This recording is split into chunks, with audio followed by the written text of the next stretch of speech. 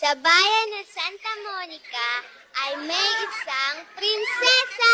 Yay! At ang prinsesa ay Lasenga! Yay! Siyempre, pagagandahin natin siya. Lalagyan natin ng corona! Yay! Oy, mga bata, ano ba ginagawa niyo dyan? Ba't di ba kayo magsiuwi? Sino ba yung matandang yan? Ma'am, siya po si Aling Monang. Yung nanay po ni Bumbo, yung siga-siga po sa kabilang kanto. Kawawa naman, halika kayo, tulungan niyo ako. Hatid natin siya.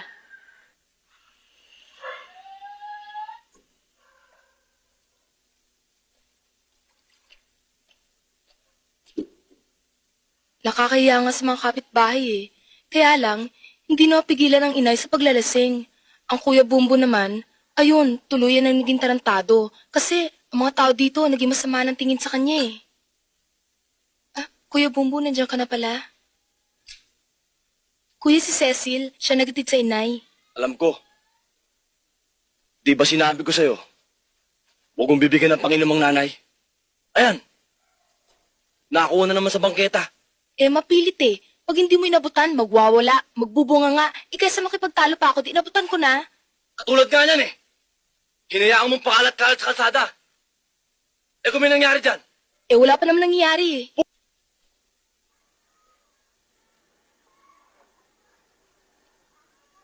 sa susunod, pag humingi sa'yo ng pambili, huwag mo nang bibigyan. Kung mapilit, ikaw na ang pumili. Huwag mo nang hayaan siya pa kumalat dyan. Pakalat-kalat sa kalsada. Tandaan mo yung sinabi ko, ha? Ikaw, salamat, ha?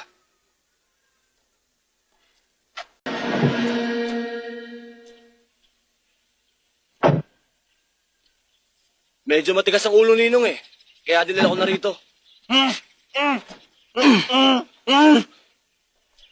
Magaling na desisyon, anak.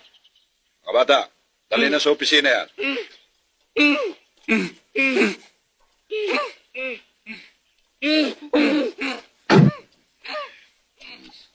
Dito ka na maghapunan, anak. Meron akong ipinalutong espesyal na kutahe para sa'yo. Ha? Opo, ninong. Oh, Jinggoy.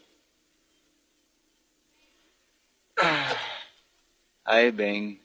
Hi. Si Bumbo. Ewan ko, ba't mo sa akin tinatanong? Eh, di ba kayong dalawang lagi magkasama? Alam mo na yun. Beng, ang ganda pala ng legs mo, ah. Pwede ba lumigaw sa'yo? Hay nako, ako nga tigil-tigilan mo ah. Ang inay. Hi, Bum.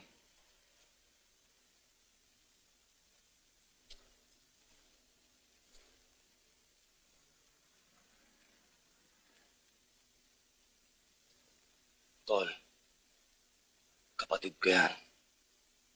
Hindi talo yan.